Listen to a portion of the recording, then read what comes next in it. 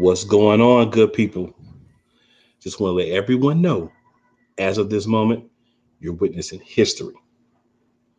Sideline Sports is presenting the first ever football team specific show. Now, it's the Fab Five of the Philadelphia Eagles, and we go by the Eagles Elite Podcast. Of course, you only see me and my good boy over here right now. I'm going to let him introduce himself, but there'll be more coming in the weeks to come. I'm Wyatt from Squad Pod Sports. You know, the other show that's on the network here. Been a lifelong Philly fan, so it's going to be great to be in one show specifically talking about Philadelphia Eagles. Yes, sir. Yes, sir. Yes, sir. So, guys, we're going to go ahead and get things started, but it's something I like to do before we get started. So, take a little peek at this right here.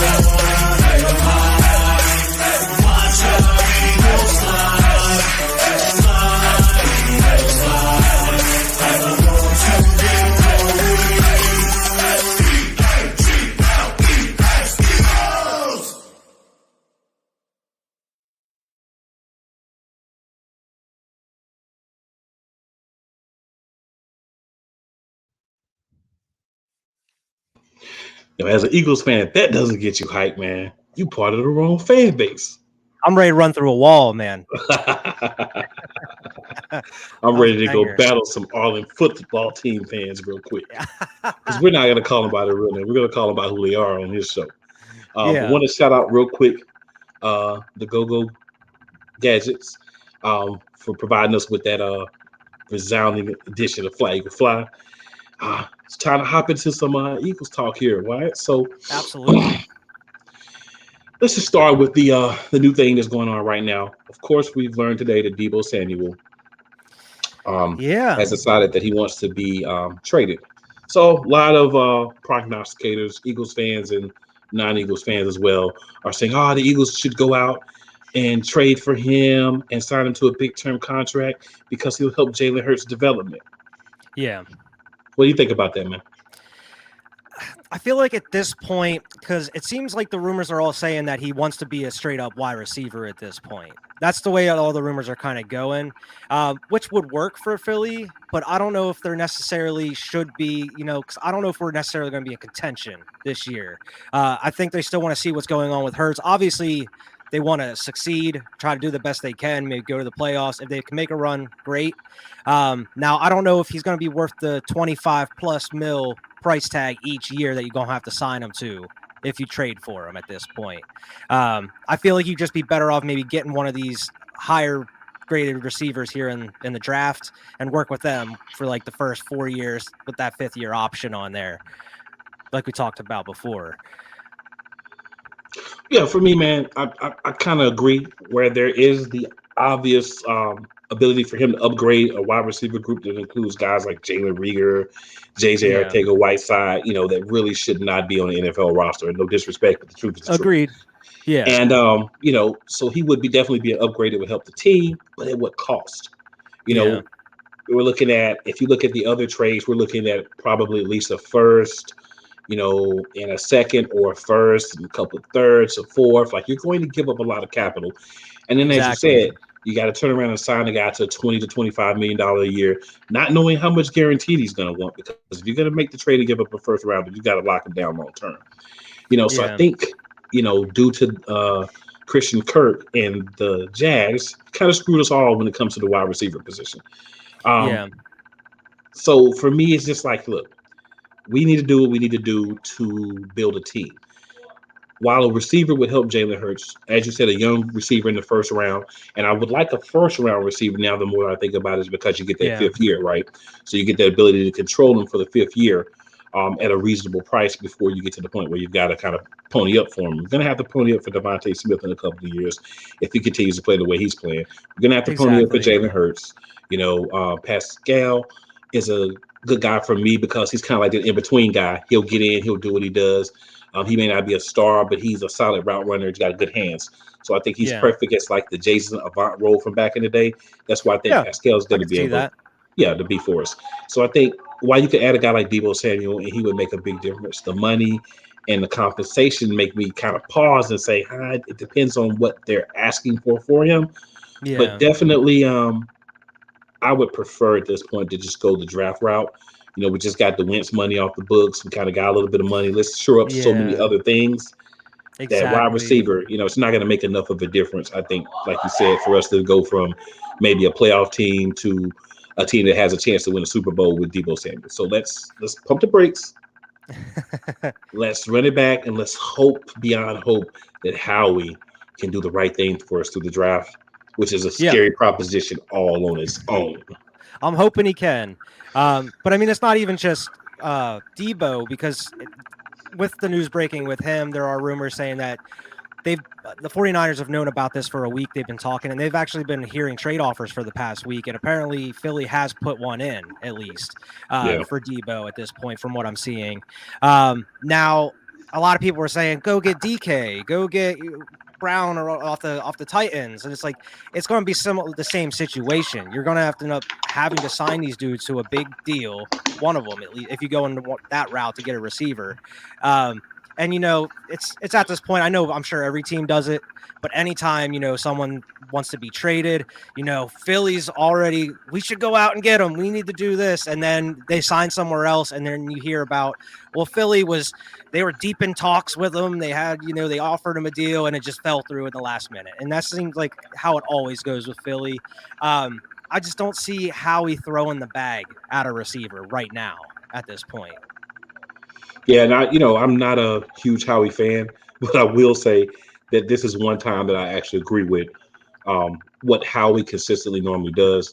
And that's, Yeah. we're not going to overpay guys. We went out, we kind of paid Alshon Jeffrey. I don't think we overpaid, but we went out and paid him, paid big dividends in the Super Bowl year. Couldn't stay healthy after that, though. So, it's one of those things where you have to watch when you do that, especially for a guy like Debo, who was really great last year. But you look at the years prior to that he was in the league, man, and he was always injured. So it's kind of like he That's may have true. gotten over that hump.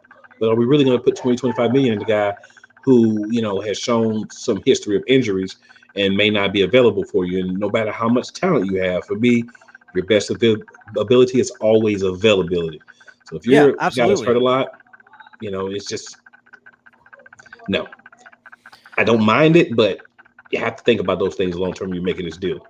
Yeah, I mean, because like they're saying, that's the reason why he wants to go back to being like a straight up wide receiver. He wants to prolong his career. Being a pseudo running back in there as well. That's not going to be good. Taking a lot of unnecessary hits at that point. Now, if you're going to do that, I feel like I would much rather trade for a DK if you're going to make this move. Just mainly because of that injury history that Debo has. But I just don't see Seattle letting him go, or AJ Brown off the Titans. But who knows? We'll see how he does. I think that they're going to try to fix this here in the draft. I think they're kind of well past getting a wide receiver as far as right now. Yeah, I hope if we do it, it's something that, like you said, we either do it in the draft or we find a deal for the guy that's reasonable. Yeah. One thing I will say is I feel like Howie's like, look, this is what we'll offer for him. We'd love to have him. We'll pay the contract, but this is all we're going to offer on top of paying the contract. And maybe they're getting better offers. And then, hey, if that's the case, man, I'm fine with that. Draw yourself a line in the sand, stick with it, and go with it. Yeah, and that's the thing. I think I question a lot of moves that Howie makes. But one thing is he doesn't really overpay at all for anything. He usually sets a mark and he doesn't go above that for anybody.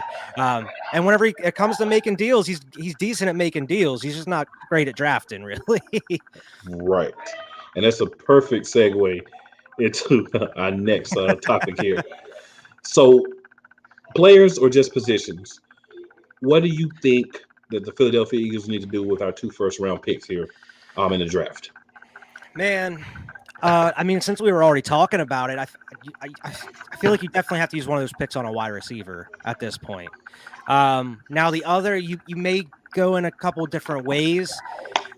Personally, I would probably go with a cornerback here, because to pair up with Slay on the other side, because I don't see them trying to get anybody here. They're mostly gone in free agency. Steven Nelson's gone, unless they're kind of rolling with Zach McPherson. Yeah. And I forget who's the other guy that we Mac have. McCain. Mac McCain, and then Avante Maddox. Yeah, well, Avante's like playing the nickel and stuff, isn't Mhm. he? Yeah, so I don't know if they're going to move him back, but I could see them getting a cornerback here. I'm hoping it's Sauce Gardner, but I don't know if he's going to fall that deep unless we trade up for him. Yeah, for me, I want the wide receiver, but I'm more thinking about that in the terms of if we did have 3 picks. I wouldn't mind a wide receiver in the first round, but I believe if we don't go wide receiver round 1, we must go wide receiver round 2. Yeah, absolutely. There'll be talent there round 2, but I think the difference for me is the extra year to control them. But as I think about what else we could draft, I think to myself, cornerback is definitely a possibility.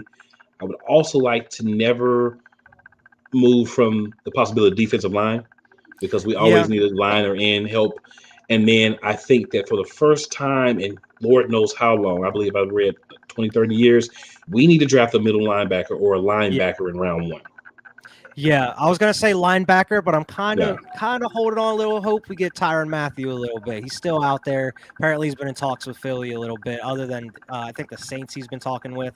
But man, Tyrann Mathieu would be a huge boost on this defense, and I think they can get him for a reasonable price. I don't think it's going to cost a lot to get him. So I initially wanted safety, linebacker, and defensive line. But like you said, since we've been talking a lot about Tyrann Mathieu, I'm like, we may be able to push safety down a little bit, maybe get a guy second, third round, as far as that goes. But I definitely feel like defensive line and linebacker are the 2 positions that we really need to draft. We need a center in this draft as well somewhere. It doesn't need to be first round. Some of this has to be pushed, right, because we don't have the 3 picks anymore. We definitely need a cornerback in the first 3 rounds, at least a guy that, could be brought into the team and hopefully for the first time in history be developed, because we have not done a good job of developing wide receivers and cornerbacks here in Philadelphia. So we gotta we gotta get better on that. But I mean, it's so many holes that I look at and saying making a trade for a wide receiver, right? One of these high-end wide receivers. Is the more I think about it, the more I think about what we need is like, it could set us back a little bit. Yeah, because you have that guy, but is he going to be able to make up for holes in your defense? I would say no. Is he going to soak up a lot of the cap for the coming years? I would definitely say yes for that. I wouldn't completely be against it, but at the same time, I'm just like, it's kind of like a catch-22. Either way you fall on it. But I do think that, depth is going to be big for the draft. Huge. Yeah, I mean, we were all kind of expecting to have 3 first here, but they ended up making that deal with the Saints, get us some more picks, kind of a insurance policy for next year, which it would have been nice to have a little bit more to work with this year, but I completely understand why they did it, but I don't know. It's going to be interesting to see how they do. God, I hope Howie does not reach. Do not try to think that you're getting some diamond in the rough, man. Go with one of the best options available. Like, just do it. Yeah. When we get to the picks, man, just best available on the board of the position of need. Let's get him. Let's not try to be cute. Let's not try to find someone whose dad played for the team, or whose uncle is a trainer or whatever. No more of these rigger picks. No more of these Ortega-Whiteside picks.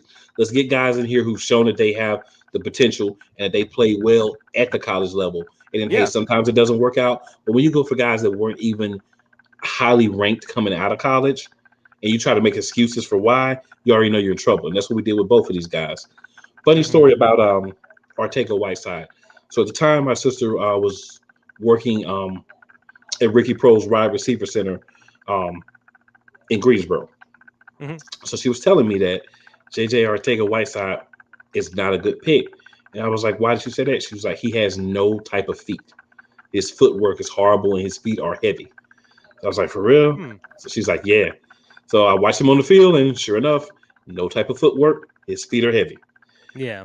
So yeah, and those are the type of things that someone who is not a professional scout can point out. How did we let that get through a whole scouting department? That's the guy we decided to go with in the second round. And not, Exactly. and not saying we would have went with DK Metcalf because there were injury concerns, but it had to Yeah. be a better guy than JJ Arcega-Whiteside at any position. There had to have been. And it kind of worries me with that one of the latest pickups that we had of that wide receiver that played in like 2016 somewhere, Yeah, and he's like an Olympic athlete, and it's just like I hope they're getting this out of their system now and not in the draft because that was very questionable why they did that. I understand they're looking for the speed element, but like this kid hasn't played since 2016. Doesn't have really any NFL experience. Like, does he have hands? We don't know. We know he can run, but I don't right. know. That kind of has a Nick Sirianni signing on it. It seems like he's been watching this guy for a while, but I don't know. Hopefully they're getting that out. That was a pick they got out of their system. That way they don't do it in the draft. Focus on the best man. That's up. Yeah, that's a very good point, and I definitely would rather that. And, you hear the stories that, there were other teams that were interested in him, and that's why we Yeah. went ahead and jumped on him because we wanted to get him so other teams couldn't. But man, sometimes other teams are setting you up. This may be a Yeah. case where they're just kind of like, I bet Howie Nick will do it if we push him. So hopefully that's not the case, right? But we never Yeah. know. We never know. Now, I'm gonna have to start calling you the Segway King here, Wyatt, because you kind of slid another segue in there for us, man. It's like you're the guy with this. You're the guy. I'm just kind of along for the ride. But so the next topic, of course, would be how do you see Jalen Hurts? Is he our QB1 moving forward? Is he a stopgap? Are you kind of on the fence with him? Are you confident in him? Not confident in him? What do you think about Jalen Hurts as our possible future quarterback at this time? I know you can't really see it, but I got a hat up there that says "Hurt Season," and that's what I believe in. It is Hurt Season. I believe in the kid, man. I mean, he had some questionable games last year. I know everybody's big kind of go-to is he doesn't have an arm. Well, I've seen plenty of plays from this past season where he does have an arm, throwing it 60-yard bombs or 50-yard bombs to, believe it or not, I think Jalen Reagor had one of those. Quez Watkins and Devontae had pretty much the rest. But the kid can ball. It's just a matter. I mean, he's so young. This was his first real season as a starter. You got to give these QBs time to develop. I mean, Josh Allen didn't look that great either the maybe first couple years. Very similar numbers in a way. Josh Allen wasn't running like Hurts was. But I think even though it sucked him having that ankle injury this past year, I think that kind of it made him learn how to settle down in the pocket a little bit, have some pocket awareness, look for your reads. Now it didn't go well in the playoffs against them Bucks. But I think, the whole offseason under his belt, he's actually dealing with the same coaching staff, like for the first time in his career in back-to-back years. I think, given another year to develop, I think he's going to really improve this season. And I think that's all they need. He took us to the playoffs there in the first year. That was, way better than we expected to happen last year, especially kind of the way it started in the season. But I believe in Jalen Hurts. Now, does that mean they won't move on from him? No. I mean, I don't over, how he can do anything. I can't guess what he's going to do. So, I mean, Jalen Hurts could play well next year and still get moved. Who knows? I mean, he called it a QB factory for a reason. So I hope it goes away from that. But I would love nothing more than Jalen Hurts being the QB for this football team. Yeah, for me, man, I'm kind of middle of the fence. I like Jalen Hurts. I really, really hope that he's the guy so we can stop the QB factory nonsense, so we can kind of just settle in with one guy. build a team around his strengths while helping him develop his weaknesses or things that he can improve on. When I watched him last year, I completely agree with the arm strength. I see him overthrow guys 40, 50, 60 yards down the field. How do you do that without arm strength? Yeah. Now, the issue is the accuracy piece. For Exactly. It's an me, accuracy issue. yeah, for me, it's the work on the accuracy a little bit. And I think that's his motions. When I watch him in the pocket, when I watch him load up, when I watch him make the throw, I think he needs to tighten up his throwing motion a little bit. Yeah. Tighten up the way he plants his feet to get the optimal spin on the ball, to get the optimal touch on the ball. I think also, reading defenses, he definitely needs to improve in that. But these are things that are mechanical, mental, and the guy's tough, right? Yeah. The guy got ran out of Alabama, went to Oklahoma, had a monster season, and got himself in the NFL in the second round. So we're not talking about a guy that won't put in the work, that won't persevere, that won't make things happen. And that's what you want at all times when you're looking at someone to be your QB1. So from that perspective, I'd love to have him. Now, from the other perspective, this is year 3. I understand he only started a couple of games in year 1, but this is year 3. We have to make a decision on him by the end of year 4. So pushing the 2 picks back to next year, another pick for next year, I think was good because that helps on the salary cap a little bit. So you don't have 3 first rounders hitting your cap this year, 2 this year, 2 next year. I think New Orleans is not going to be a very good team next year. So that's going to give us hopefully a top 10 pick to work with. And I think that that's something that's going to be dangled out there. There's going to be a much better class this year.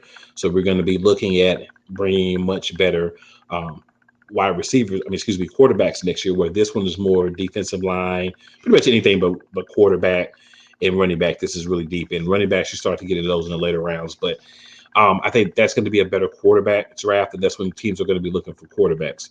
What I'd like to see from Jalen Hurts this year is I want to see 4,000 yards throwing. I'd like to see, him have 2,000-yard receivers. One of them can be Goddard, and one can be Devontae Smith. I'd like to see him throw over 500 to the other guys, barring injuries. I'd like to see him run for about somewhere between 8 and 1,000 yards. I'd like to see him hand the ball off. I want to see him start making calls at the line, making audibles, starting to get comfortable in the offense in year 2, and showing us that he can be the leader. Because it's the physical aspects, it's the mental aspects, but it's also those small, slight touches that he's going to need to start mastering. Now, I hear he's been working out with the quarterback guru in California, which I hope is true, to kind of work on some of those things and streamline that motion, read the defenses quicker. And like you said, those things will come with time. But I'm just kind of on the fence. Like, I don't want to see him go right now, but I'm not completely in with him. But I definitely hope that he takes the next step this year and he can be that guy so we can focus on other things. And, if he is a guy, we know probably next year, you're going to want to go ahead and get him paid where you can kind of have a little bit of control and maybe get him to, give a little bit of a discount. And every year you wait on the quarterback, you're probably cost yourself another $10 million a year as well. That's just getting crazy. Yeah. And I hate to bring him up, but looking back, I think it was 2016, Wentz's first year. I think we were like, what, 8, 9, and 7, something like that. I don't remember what the record was. We didn't do that great, but Wentz had a lot of things to work on. His throwing motion was off. He was kind of looking a little skittish in the pocket at times. Some kind of similar situations, but we knew he had an arm at that time. And then, he had an off season to work on all these things. And then he, boom, came out, had that huge MVP season because he was actually working on what he needed to work on. Now, I think Jalen Hurts, he definitely has the work ethic. I mean, everything you see about Jalen Hurts, he's putting in the work. Everybody, all these interviews you see with all these, just the players in the locker room to the coaching staff says that that's all he is doing is trying to work to get himself better. It's like what Nick Sirianni says, 1% better every day. Now, what's different than Wentz is they didn't have a first round pick on him that they, they had to really hope he developed into that dude. So they can just kind of use that insurance policy for next year to get rid of him if they have to. But I think Hurts is mentally tougher than Wentz is. And I think that he has maybe a stronger work ethic than Wentz does. So I have no doubt that I think he he's going to put in the work in to get better. Now, will that translate? That'll be remain to be seen. But I think it will. I think he'll take a big step here this year. And I hope that he proves a lot of people wrong. Yeah. And that's kind of where I'm at. Like, I do want him to be the guy. I just see those things to work on, but I do believe that he's the guy that will work on them and get better. And if he's starting to improve and he's looking better, there's no reason to not keep him. Yeah. He's the guy. As of this year, he's definitely the guy. Just go out there and prove yourself, man. Give us a good statistical season. Get us back into the playoffs. Stay in the game. Don't be the reason we lose if we don't win. And I think he's going to get what he wants with us because I know the owner and I know the coach want him. I don't know if how he does, but if the owner and the coach wants him, I think you're going to be good as long as you go out there and prove them right. So I hope he does that. But if he can't get it done, man, then I'm fine with parting ways. But if he gets it done, he should be the guy here, and I think he will. I just don't completely believe it yet, but I believe it more than I don't. I'm not. I mean, that's understandable, though. I mean, there's a lot of question marks on him after this season. But I think you mentioned a lot of people are behind him, especially the team. It seemed like the team has really rallied around him. Posting stuff about him on social media or just during the season, just really just how they spoke about him in these interviews. It seemed like they really bought into who Jalen Hurts was in the organization. And the only one that seems a little off, like you said, is Howie Roseman. I mean, he says in these little interviews that he has that they feel comfortable rolling forward with Jalen, but it just seems like he's the only one that's I'm getting a weird feeling from. Right. And they just got an extension. So we'll see how it ends up working out. Which, coincidentally runs out at the same time as Sirianni's contract. So, if it goes bad in that time, we could be looking at a new head coach and GM, maybe. Who knows? Well, the new GM, in my opinion, is firmly overdue. Absolutely. He's made it through too many people. At some point, you've got to be part of the problem, and you should be, removed as well. But it hasn't happened with him. Yeah. But speaking of Sirianni, this wasn't a question that we initially talked about, but what do you think about Sirianni through year one? What do you think about his staff? How do you feel about the coaches? I don't mind the staff, especially Sirianni. Now, obviously, the opening press conference was very shaky. He was nervous. It happens to everybody. And I mean, the first game was obviously awesome. We had high expectations after that opening game against the Falcons. Came out, you were down a little bit, came out, busted out a nice win. And then I kind of, like everybody else in Philly, kind of started writing him off a little bit. Like he's just doing things wrong. He's not running the ball. He's just he's having Jalen Hurts pass it like 40 something times a game, 50 times a game. He's pandering to the Philly crowd by wearing these t-shirts every week at practice and stuff. And he's like, it seemed like he was focusing on the wrong things. And then about halfway through the season, a complete 180 and shifted. And then he was starting doing everything right with the game plans. We were focused on running more. We were getting some receivers more action where they should have been. I think he's finally figured it out what he wants to do. Like he figured out an identity for the team. I've once again, like Jalen Hurts, I have high expectations for Sirianni, especially leading the team to a playoffs this past year. Now, am I completely sold? No. I mean, I don't know. He's a little goofy. I don't know what to make of Sirianni. All in all, he has made some bad decisions, but he's also made some really good decisions. And it seemed like he fights for his team, and that's really what you want to look for in a head coach. Yeah, I mean, completely agree with that, man. He definitely seems to be a guy that the players like. There's been a lot of talk about when their situations come up, he'll get in your face, he'll get in you, but at the same time, he does it kind of in a respectful way. So he's getting in you, but it's kind of like, look, man, here's the truth of the matter. This is what you need to be doing. This is what you're not doing. Get it done. And not disrespectful. So for me, that's great because I'm definitely the type of person that feels like that's what a team needs. You need sternness, but you need somebody that you can still respect. I was definitely against Sirianni. I even went as far as to call him Silly Sirianni for the first part of the season, man, just because he would not run the ball. And I'm like, dude, you have a quarterback that doesn't have, at this point in his career, the technique, the arm strength, the ability to read the field for you to throw the ball so many times. And I think it cost us a lot of games early in the season. Once we Yeah, got to really running absolutely. the ball, man, you saw you saw the offense transform. Yeah. Zach Ertz left. We got Dallas Goddard. You saw him kind of become that number one guy. We Hmm. wanted to get Tyree Jackson in, but of course, got him for a couple Yeah. of games. That He's back hurt. injury. Yeah, then he hurt. Then he get the ACL injury after that. So hopefully, he's not a guy that this is going to be something that's going to continue throughout his career, because we can Yeah. really use that second tight end that can do some of the same things that Goddard can do, because that allows you to run two tight end sets, two guys that you can throw to. It helps with the run game, and it also helps, when you have the 21 personnel, where you have the two tight ends and the one wide receiver.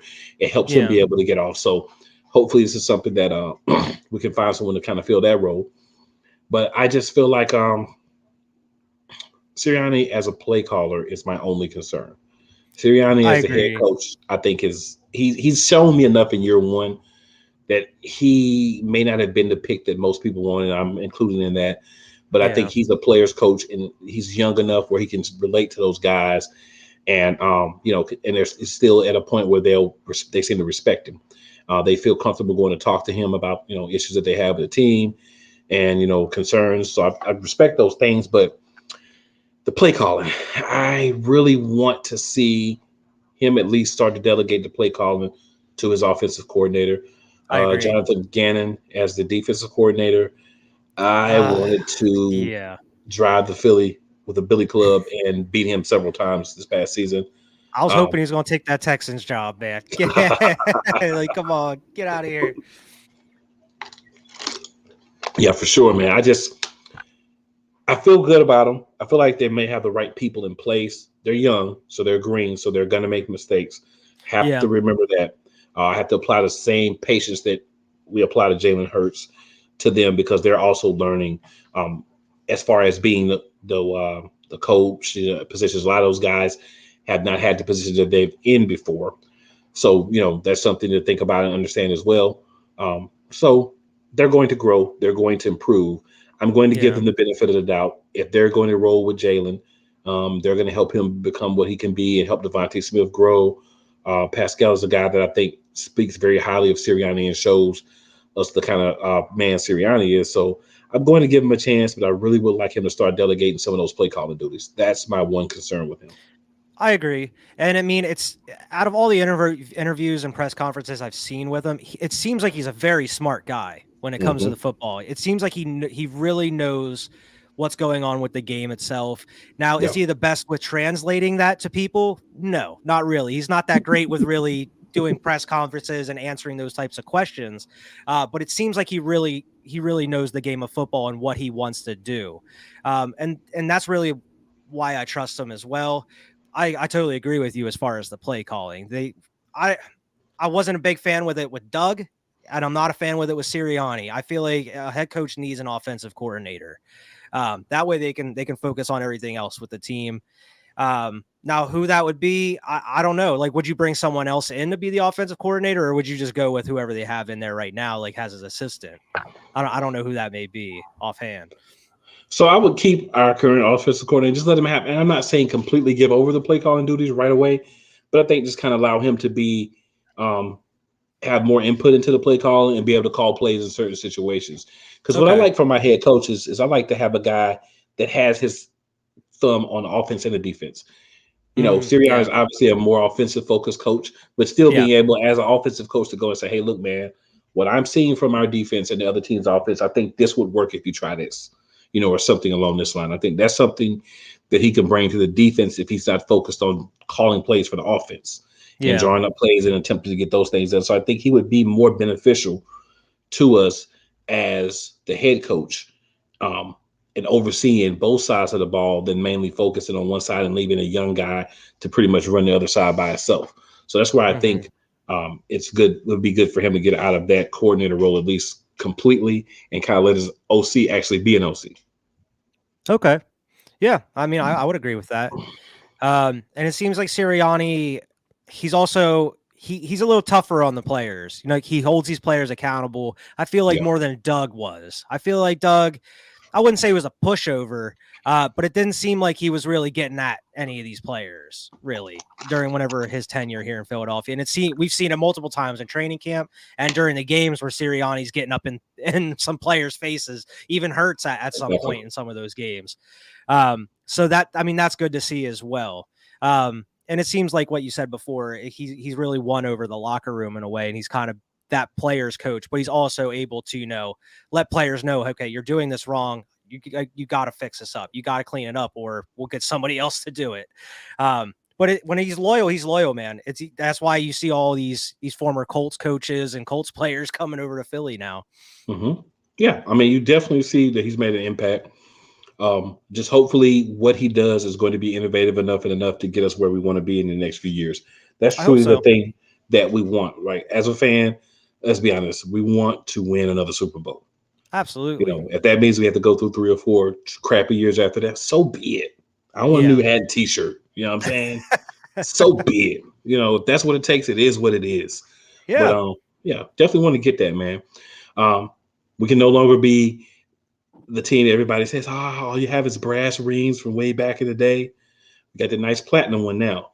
So absolutely would love to add another platinum one to that collection. Definitely. I'm going to pause real quick and just shout out everybody that watches the show either live or replay. If you're on live with us, man, feel free to drop comments in the comment section. Yeah, absolutely. We always love being interactive, man, talking to our fellow Eagles fans and kind of hyping it up. And also want to shout out Score No Score app, who are also brought to you by. With the Score No Score app, you have the opportunity for baseball games, football games, things of that nature, where you can place bets, and you start off with some coins, just kind of telling you about the game and if you think that the team who has the ball is going to score or not. And that's pretty much the simple way to put it. Yeah.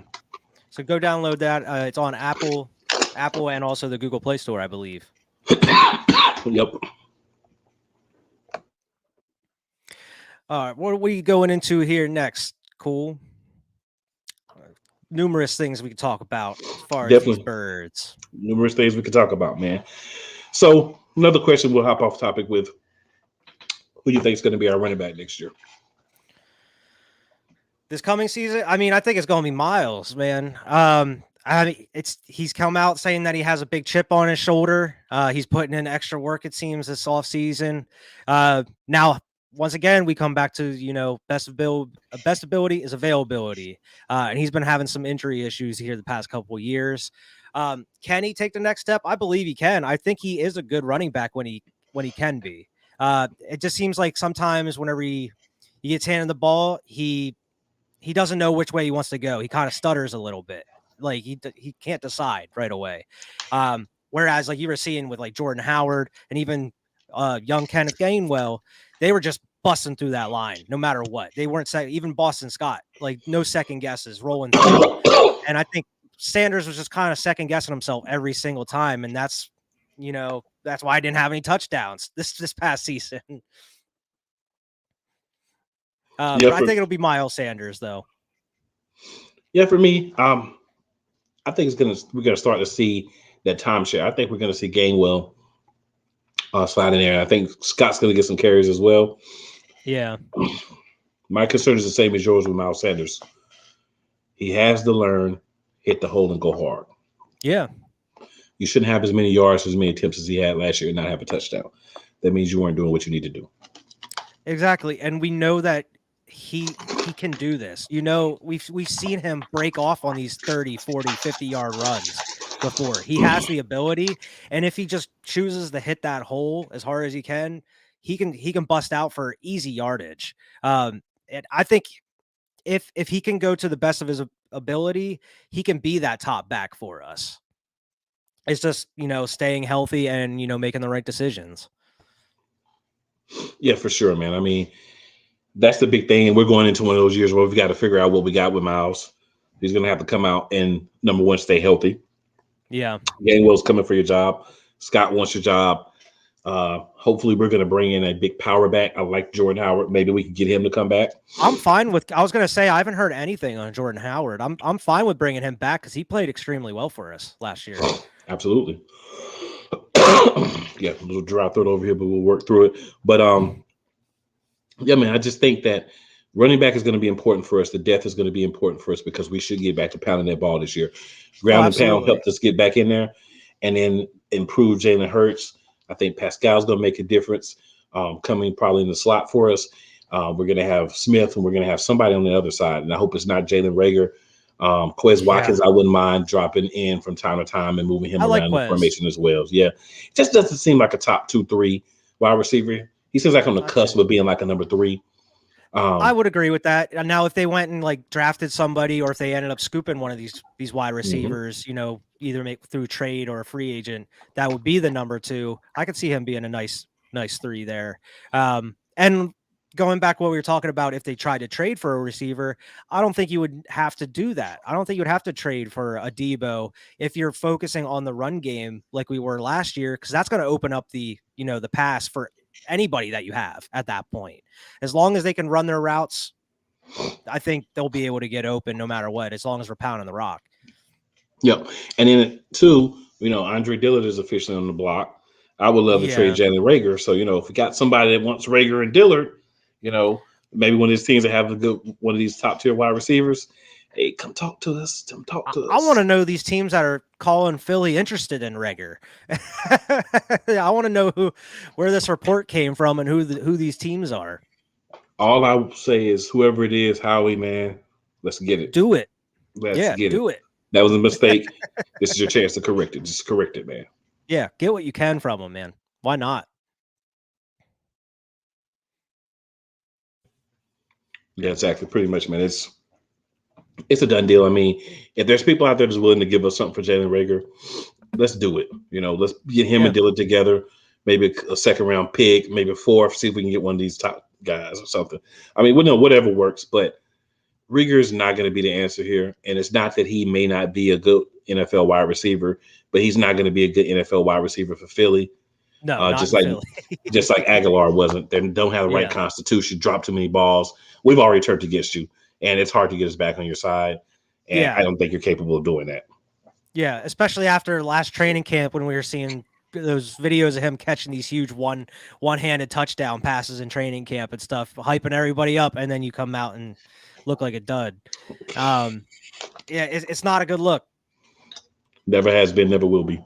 Now, I do think Dallas Goddard, I hope so, he should have a huge year this year. Yeah. Now, the thing I think he needs to work on, he had a lot of big passes that he just dropped last year. Now, he was very, consistent, with his yards after catch, like he always has been. He's a beast, but he's had a couple touchdown passes last year and a couple, big first downs that we needed dropped by him that he should have had last year. And that's just something he needs to work on, just them hands a little bit.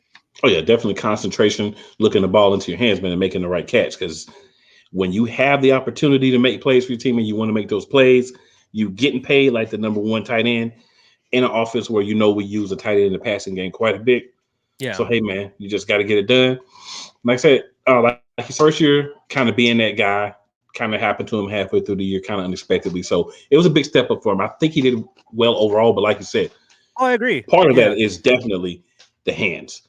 Your hands are better, we may win some more games, because at the end of the day, one drop pass in a major situation, which Jalen Rager was the king professionally at last year, can cost you a game.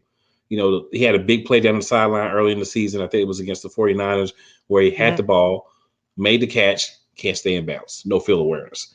He's dropped other ones. It's just tough. It's time to, get back to having the Jeremy Maclin, Deshaun Jackson, Jason Avant type offense, where you got 3 guys that all are pretty good. Maybe 2 of them are borderline 1s, and then another guy that's like a solid number 3 that you could just depend on. And that's what we haven't had in a while across the wide receiver group, and we're not drafting well to get back to that. The past while now, it's been really relying on a tight end as a safety blanket for most of the time. You saw it with, Ertz was Wentz's safety blanket the whole time, and it seemed like Goddard was kind of going that way here with Hurts a little bit. And then until they started really working in Devontae there, the second half of the season, Devontae could have easily had over 1,000 yards if they were utilizing him the whole time. Yeah, it was. It was a tough season, but like I just said earlier, man, a lot of new pieces, so a lot of people Yeah, it's needed a to lot be of integrated learning in. experience. But I don't want to be seeing no Greg Ward this whole time, and then all of a sudden he shows up to try to catch a touchdown pass for us somehow. There's way too many of those where you don't even know Greg Ward's on the team, and then all of a sudden they're going at him in the red zone for some reason. Like, what is this? Yeah, if you're going to want him in those situations, man, you got to play him. He's Yeah, another guy that could be like an Avant. I mean, he could catch. He could run the routes. He was a former quarterback, so he understands all the routes on the route tree. yeah. But you've got to give him playing time. You basically took Travis Fulgham, and he went Oh my from gosh, yeah. being our number one to like not on the team in one training camp. He couldn't have Hmm. fell off that much. And that was a perfect kind of guy that we needed: size, speed, hands, and we kind of Yeah, got rid of him. And whatever the situation is, it is what it is. But you got to replace guys if you're going to do that. You can't get rid of a guy like that and then do nothing and think you're going to be fine with a smallish, fastest wide receiver room. And the only guy with really much size was Ortega Whiteside, and yeah. And now he's pretty much yeah, just a glorified like blocker right now. tight If end, he yeah, if he can do that without, getting a flag. We saw that a couple times last year too. right. Maybe they should move him to tight end. Hey, maybe he'll finally get some success, be like a backup tight end for us. Yeah, he'd definitely be third string, but hey. Oh yeah, for sure, for sure. I don't see us moving Jalen Reagor or doing anything with him. I'm at the point where I'd rather see Greg Ward over Jalen Reagor at this point. Put him in like the slot or something. I completely agree. I think you have Ward. I think you have Pascal. I think you have Like Smith. Quez and I think you have Devontae. Quiz. Those are the four guys that you have that you should be focusing on, and then try to bring in another guy that can help out. And Rigger needs to move on.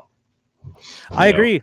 And if we do go the route of drafting one of these top receivers, either in the first or the second round, I think pairing him up with Devontae and then having Quez there at the slot, I think that would be nice. And then you add in Goddard there. That could be an explosive offense if they use it right. yeah, definitely. It's just a matter of doing what needs to be done to make everything work out, and it can't Exactly. happen. It's putting the pieces together. It's putting them in the right situations. Some of that falls on Sirianni because you had Greg Ward in there all last year, and you sit there and let Rager drop ball after ball after ball instead of taking him out, sit him down. Yeah. Just he'll work it out. He'll get it out of his system. We He'll have figure it complete out. confidence in Jalen. Let me do the Sirianni. Let's see, I don't have a pen around, but just imagine Yeah, the you got to pencil put the sticking pen out. on the. Yeah, we have complete confidence in Jalen Rager. Jalen's going to be big for us. Jalen's just got to work through a couple of things.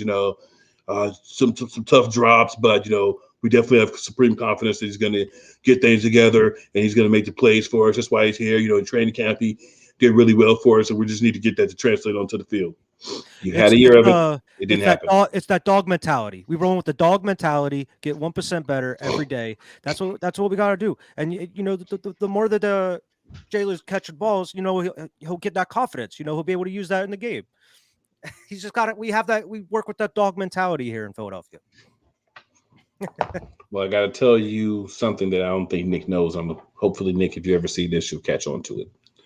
Um, 1% more than zero is still 0%, sir.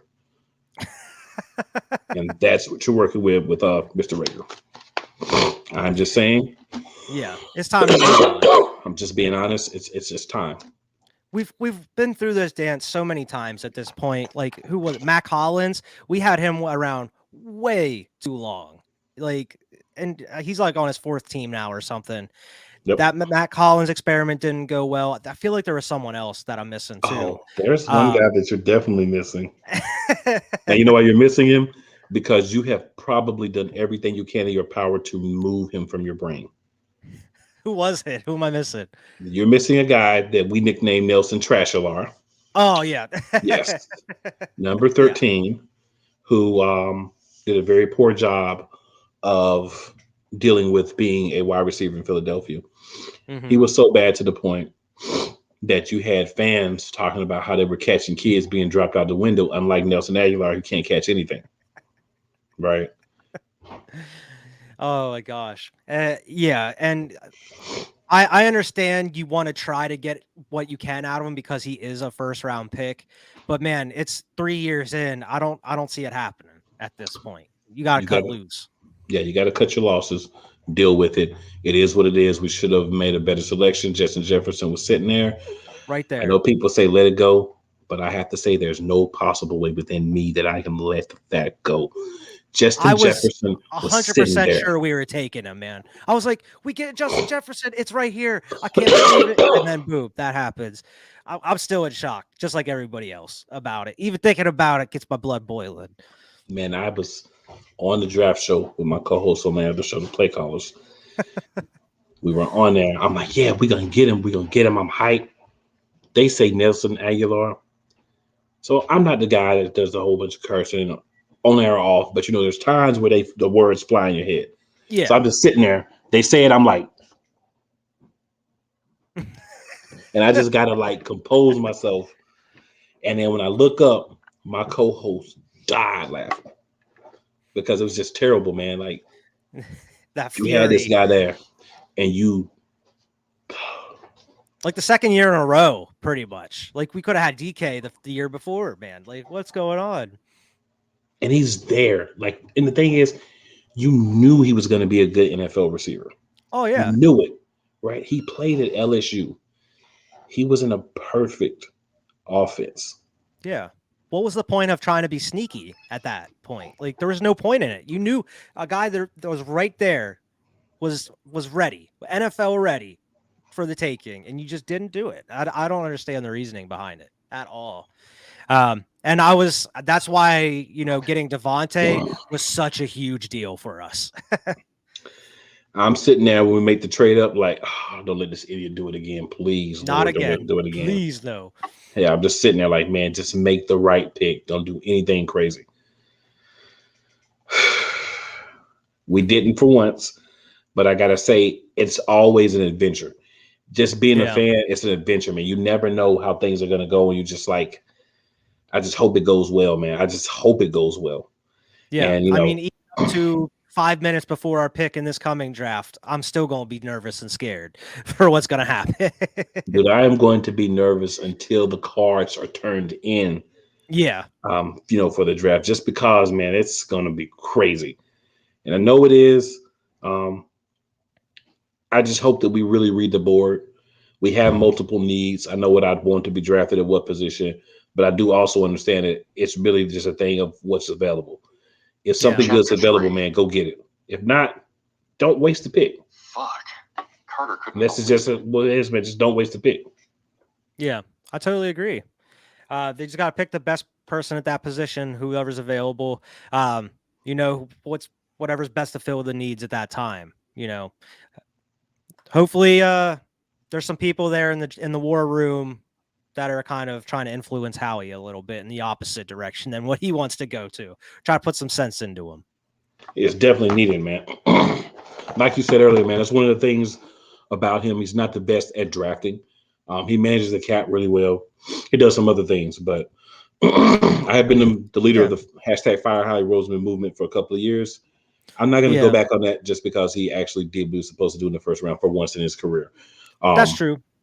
I mean, he's had some hits though. He's had some nice picks. It's not like he's been completely off, off the whole time. But it's more. He's made a couple of huge misses that really overshadows the hits there. Yeah, and it kind of sets you back, Yeah, and any team, man. If you don't have a good draft consistently, especially with your top picks, it hurts your franchise. We've had several cornerbacks that we've let get away. Rasul Douglas, I opine for. Oh, I know. I was hoping for a thin chance of him leaving Green Bay to come back or something this offseason. But man, I know he turned into such a great corner. And the thing is, he was good his first year here. Yeah. When he had to come in because our starter got hurt and he had to play like 8 games, he played really well. Didn't develop him. Sidney Jones, you got him. First round talent. You don't develop him. He played well where he went to the Panthers right after us, right? He played pretty well on the Panthers. Yep. Okay. Where did Sidney went to the Jaguars? Sidney went to the Jaguars. Yep. So we're giving other teams good talent that we drafted that we were not able to develop. So hopefully this new regime of coaching, they're going to do a better job of just developing guys. We need guys developed. We need to be ready so that when guys leave, when guys get injured, when we have to change formations, change lineups, when we're getting in and we're noticing, okay, Avante Maddox is really getting burnt because this dude is like 6'5" and he just can't hang with him. Can we put in Mac McCain and let him play because of the situation, right? Well, need to make some changes, and not necessarily that there's the player playing bad, but the other team's personnel might tell you that you need to make changes or you need to do something different. We need the ability to do that, and you have to develop guys so that those things can happen. And that's a big problem that we've had at linebacker, at corner, and on the defensive line and wide receiver, of course. Yeah, absolutely. And for anybody that's watching, either live or, just the recorded episode, one thing we haven't really mentioned, which is a good thing, is the O-line, because we have one of the best O-lines in the league, I feel, at this point, man. That's one of the huge bright spots on the team, is how good and dominant this O-line can be. Now, we are going to need to get a center. I would love to draft it's aging one. A little bit from the center to the right. Because I really would like to go ahead and get a center, because I feel like you can't keep begging Kelsey and bribing him with kegs of beer to come back. So I think this is a good year to, maybe not first round, maybe not even second round, but get a guy that's a project that can sit and learn for a year and be ready to possibly take over next year. Or if you want to go high on someone, I'm fine with that as well, because we both know that one way that you really have to build your team is you have to build the offensive and defensive line out. You have to have those. Absolutely. Quarterback is important, but if you have nobody to protect him, as Derek Carr, as Russell Wilson, right, as Aaron Rodgers, as Tom Brady at times when he was in New England, ask these guys, how is it when you don't have an offensive line? And they'll be the first ones to tell you it is not good. So, hopefully ask Joe Burrow. Exactly. If they can halfway block, they probably win a Super Bowl. Yeah. That's what I'm saying. And I actually thought that Dickerson was going to be his replacement there, because he was like the center there at Bama when we drafted him. But they kind of moved him over there to that left guard. Yeah, he's doing so good. It's kind of like, let's not even mess with that, right? Yeah, because we needed a left guard. We were having a lot of aging guys who were not playing well. Now we kind of got that left side's good. Yeah, you got two huge buildings. You got Jordan Mailata and Dickerson over there. Yeah.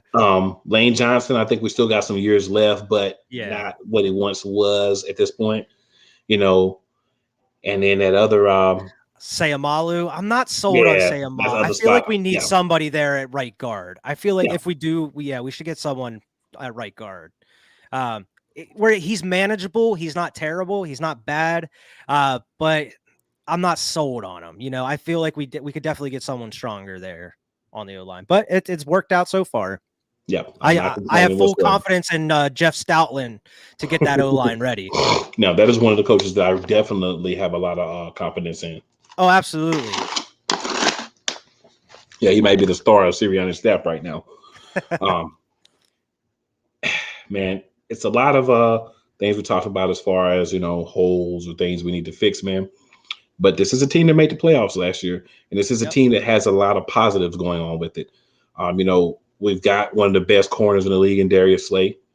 We've got a lot of solid depth at safety. We do need some help at linebacker, but we did sign Kaiser White, who is going to be big for us, who did not get much of a chance because of where he was playing and who he was playing behind. Very underrated pickup, I feel. Yep. We made some other pickups. We signed a couple of guys back. So we've done some things to start strengthening the team. Mm-hmm. But I always felt the draft was going to be big for us. That last tier of free agents kind of after the draft, when people kind of started putting the teams together, and you was like, okay, well, if we had a safety, then that's that, Tyrann Mathieu. But, that's the kind of thing, making those last few pickups, making those last few things to kind of make everything work together. It's like forming Voltron. You almost had the arms and the legs together, but not quite. Let's get those last few pieces so we can just go ahead and put it together, man. Yeah. I think we can have a good season. I think we can make a run. I think we can win a playoff game this year, man. I think so too. If everything goes according to plan, I think we have a better record than last year. Because I think last year, if they would have did a couple things different, a couple people would have caught some touchdown passes instead of dropping them, would have had over 10 wins. end up going to the playoffs. We're not playing Tampa Bay. And if you don't play Tampa Bay in that first round, then we probably win that first round. Exactly. So here's hoping it gets a little better here this next season. Absolutely, man. So we're getting close to that hour mark. We'll probably go over a little bit, and that's fine, man. As we said at the beginning of the show, man, there's so much Eagles to talk about all the time. There's always something to bring up that we can talk about. So, Wyatt, any shout outs you want to give, man? Sideline Sports Network in general. Shout out to everybody on the network. Make sure to go check out all the shows there. Yes, you got your show over there. We got Squad Pod Sports with my boy Vernon.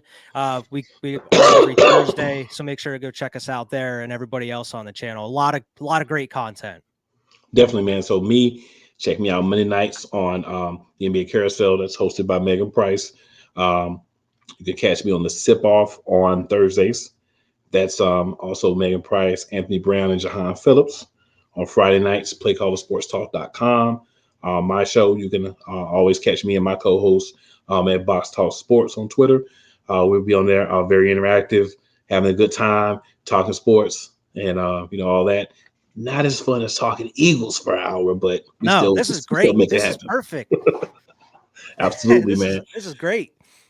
And I also want to shout out Eric Wilson, Jahan Phillips, James Tatum. They weren't able to be on the show with us tonight, but we still the Fab Five of Philadelphia Eagles Sports Talk. We the new standard. If you're an Eagles fan, you want to hear about Eagles talk, you know where to be and you know what time. Absolutely. With that said, good people, we're going to go ahead and end the show for the evening. We'll see you back next week. And as always, it's Fly, Eagles, Fly. Fly, Eagles, Fly.